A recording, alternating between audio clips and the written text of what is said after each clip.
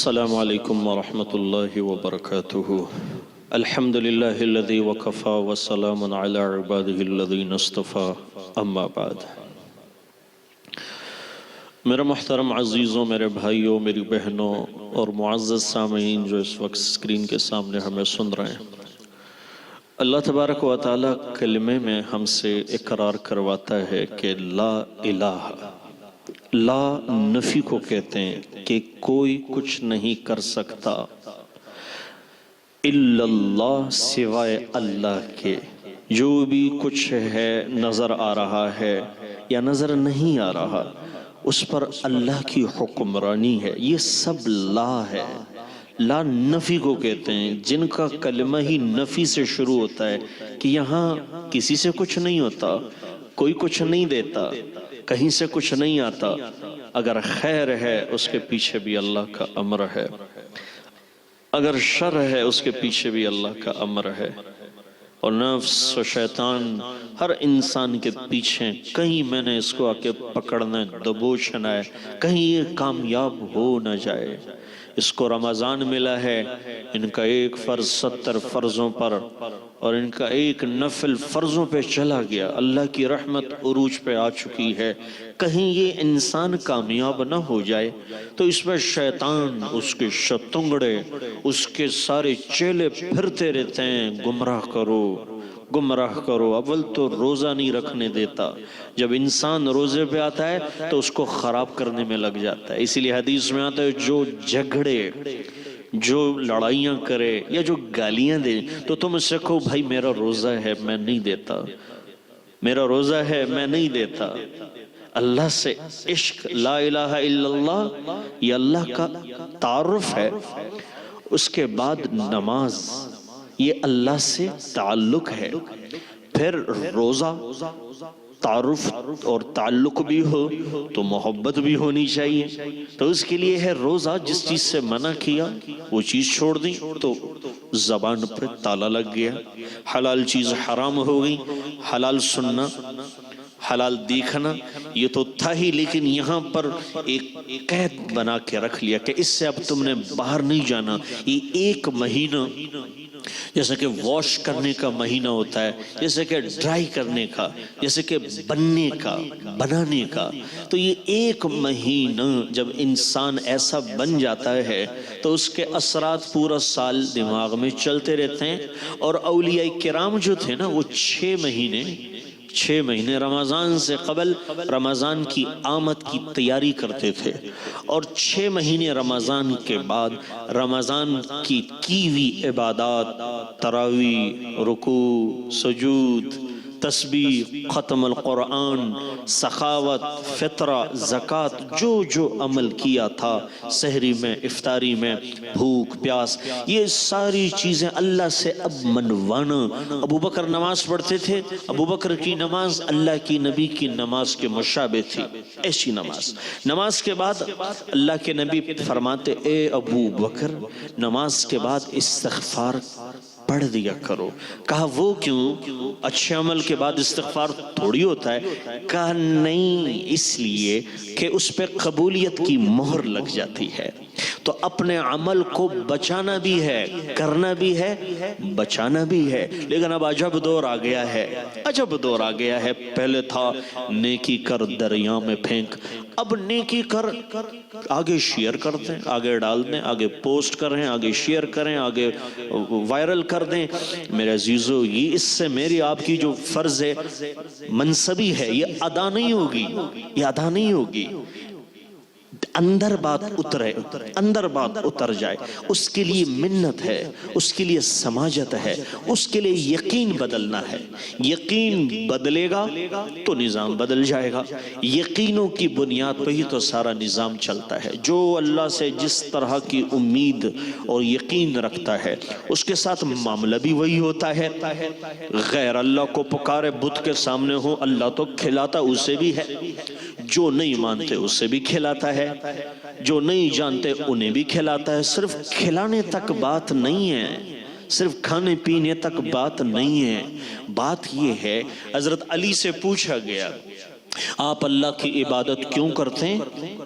کیوں کرتے ہیں؟ جنت کے لیے کرتے ہیں؟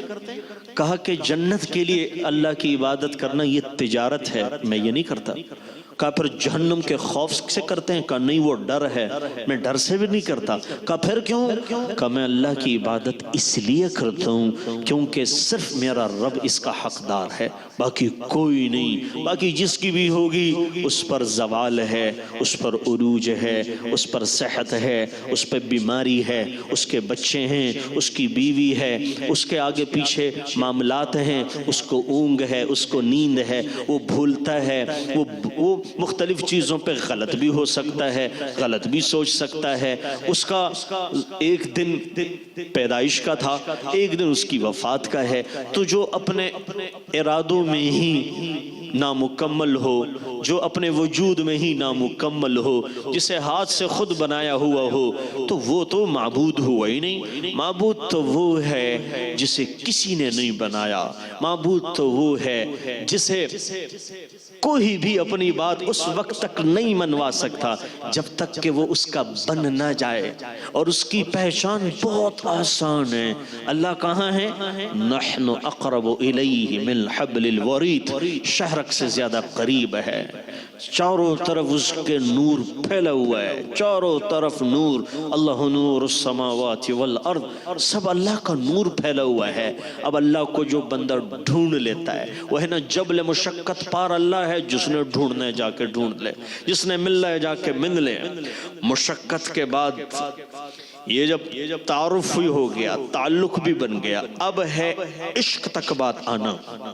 تو کہا مال بھی دو، جہاں مال دیا جاتا ہے وہاں محبت ویسے ہی زیادہ ہو جاتی ہے۔ جو چیز خرید کے آتی ہے تو اس کے ٹوٹنے میں بڑی تکلیف ہوتی ہے، اس کے کھونے میں بڑی تکلیف ہوتی ہے۔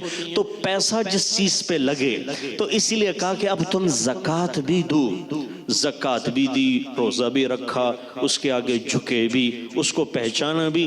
تو اب یہاں آ کے اس کی طلب ہے۔ تو اس کے بعد فرمایا من استطاع الیہ سبیلا، اب تم حج پہ آؤ۔ جب بندہ وہاں جاتا ہے تو پھر جب کہتا ہے اللہم لبیک، یا اللہ میں آ گیا، یا اللہ میں آ گیا، یا اللہ میں آ گیا، تو ایسا انسان جب ایسا ٹوٹا ہوا اللہ کے دربار میں جاتا ہے اور اس کے اندر کی خلا محبت اگر وہ سب سے کرتا ہے، سب سے کرنا چاہیے اور حق ہے، ہر ایک نسبت کا حق ہے، لیکن سب سے بڑا حق تو میرے اللہ کا ہے، سب سے بڑا حق میرے اللہ کا ہے اور میرے حبیب کا ہے۔ تو جب ہم اس زندگی کو لینے کے لیے بڑھیں گے آگے تو وہ استقبال کرتا ہے، استقبال کرتا ہے۔ حدیث میں آتا ہے سب سے بڑی ہجرت بتاؤں؟ کہ یا رسول اللہ ضرور بتائیں۔ کہ سب سے بڑی ہجرت گناہوں سے نیکی کی طرف آنا ہے، گناہوں سے نیکی کی طرف آنا ہے۔ میرے عزیزو، امام شافعی رحمت اللہ علیہ نے اپنے استاد کو خط لکھا، امام وقی رحمت اللہ علیہ کو، کہا استاد محترم کچھ یاد نہیں ہوتا، بھول جاتا ہوں، یاد نہیں ہوتا، آپ ذرا کچھ نصیحت فرمائیں۔ تو انہوں نے خط لکھا امام شافعی رحمت اللہ علیہ نے، فرمایا شکوت الی وکیع سوء حفظی فاوصانی الی ترک المعاصی۔ میں جو یاد کرتا ہوں بھول جاتا ہوں، یاد نہیں ہوتا۔ شکوت الی وکیع سوء حفظی، اپنے حافظی کی شکایت کی۔ تو انہوں نے جواب میں کیا لکھا؟ جب انہوں نے یہ لکھا، شکایت کی، شکوت الی وکیع سوء حفظی، انہوں نے لکھا فاوصانی الی ترک المعاصی، اللہ کا گناہ کرنا چھوڑ دے۔ فَإِنَّ الْعِلْمَ نُورٌ مِّنْ إِلَٰهِ وَنُورُ اللَّهِ لَا يُعْطَى لِعَاصٍ، علم اللہ کا نور ہے، یہ گناہگار کے سینے میں داخل نہیں ہوتا۔ گناہ کرنا چھوڑ دو، پر دیکھو کیسے اللہ کا نور اندر آتا ہے۔ آنکھیں تو حرام دیکھے اور نور اندر آ جائے، کان تو گانے سنتے رہیں، میوزک سنیں اور اندر نور آ جائے، لقمہ حرام کا منہ میں ہو نور آ جائے، زبان پہ غیبت اور گالی ہو اور دل میں نور آ جائے۔ میرے عزیز، ایسا ہو نہیں سکتا۔ حضرت علی نے فرمایا کرم اللہ وجہہ، جو چاہتا ہے اس کو بغیر قبیلے کے عزت مل جائے، جو چاہتا ہے جسے بغیر مال کے دولت اور غنا عطا کی جائے، اور جو چاہتا ہے اسے تھوڑے عمل پر زیادہ اجر دیا جائے، تو صرف ایک کام کریں، ایک کام، صرف ایک کام کریں، گناہ کرنا چھوڑ دیں۔ حضرت علی فرما رہے ہیں گناہ کرنا چھوڑ دو، بغیر مال کے اللہ مال دے دے گا، بغیر قبیلے کے اللہ شہرت دے دے گا، اور تھوڑے عمل کو اللہ مقبول درجے تک پہنچا دے گا۔ تو میرے عزیزو، اللہ رب العزت یہ رمضان کی عظیم الشان، یہ خوبصورت، یہ لیلۃ القدر کی راتیں، اللہ ہمیں ان سے مستفید ہونے کا موقع اللہ نے دیا ہے۔ ایسا نہ ہو کہ یہ موقع ہاتھ سے چلا جائے، پھر جو لوٹائیں تو کچھ کہنا نہیں، بس دیکھنا انہیں غور سے جنہیں منزلوں پہ خبر ہوئی کہ راستہ کوئی اور تھا۔ تھوڑی دیر کی زندگی ہے، چند دن ہیں، چند صبحیں ہیں، چند شامیں ہیں، بہت عرصہ بیت چکا ہے، تھوڑا سا وقت رہ رہا ہے۔ اللہ کے واسطے میں ہاتھ جوڑتا ہوں، اس وقت ایک فضا افراتفری کی بھی قائم ہے۔ میرے عزیزوں، میں عرض کر رہا ہوں ہمیں ایک ہونے کی ضرورت ہے، ہمیں اکٹھا ہونے کی ضرورت ہے۔ تمام اختلافات بالائے طاق، لیکن دوسروں کا احترام دل میں ہو۔ یہ دل ہے، اس میں اگر کوئی ایسی چیز آ جاتی ہے، اگر کسی کی کوئی غلطی بھی ہے، کسی کا کوئی ناجائز عمل بھی ہے، تو آپ کے ساتھ ہے، آپ کو اللہ کا حکم ہے معاف کر دو۔ تم حدیث میں آتا ہے تم ان کو معاف کر دو جنہیں تم معافی کے قابل نہیں سمجھتے ہو، اللہ تمہیں وہاں معاف کرے گا جہاں تم معافی کے قابل نہیں ہوگے۔ اللہ کی مخلوق پہ رحم فرمائیں، جو زمین والوں پہ رحم کرتا ہے آسمان والا ان پہ کرتا ہے، اور حدیث میں آتا ہے جو نرمی سے محروم ہو گیا وہ ساری خیروں سے محروم ہو گیا۔ اللہ تعالی ہمیں عمل کرنے کی توفیق عطا فرمائے۔